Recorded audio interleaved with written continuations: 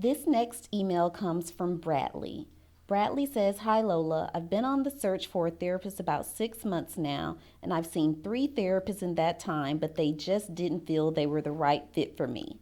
I've seen you on my 600-pound life, and your techniques and the way you talk to your clients is what I've been looking for.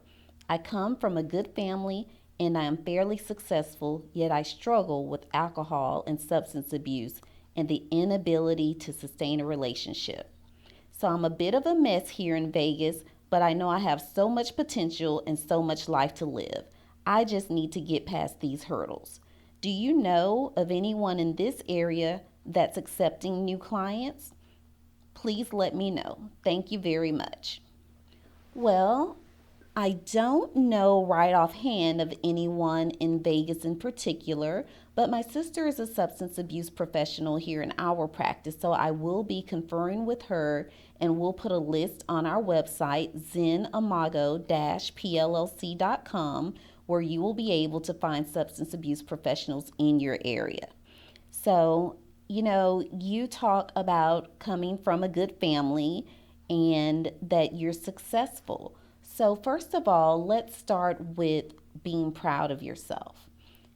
It's really important that you don't just get your accomplishments and then move on to the next thing. So often in life, we become overwrought with worry and things that need to be taken care of and people that need to be attended to that we forget to celebrate ourselves. And so, Bradley, I'm wondering if this is what's happened with you. And if so, I want you to take time out for yourself. That's what your success is good for.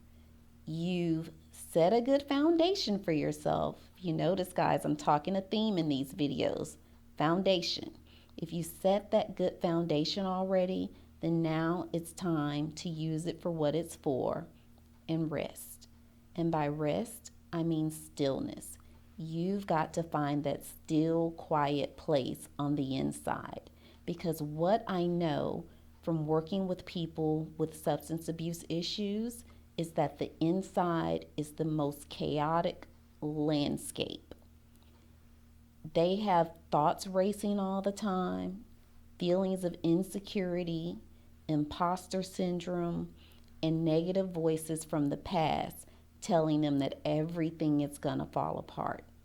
And if you listen to those negative voices, things will fall apart. Now, the past can be difficult to overcome. So I'm not saying get over it, because there's no such thing. But do the work and move through it. Give yourself the time, the stillness to start to self-reflect and think about what you're trying to escape. Because whenever a person is abusing alcohol or drugs, they're seeking to escape, to numb something out. Now, the good thing is, Bradley, is that there are many places in the West where you can go and learn how to reach different levels of consciousness. And the reason I think this type of therapeutic intervention may be good for you is because when people are accustomed to using alcohol or drugs, they sort of operate in an altered state. But it's not a positive altered state, it's a distortion. And so the distortion is negative.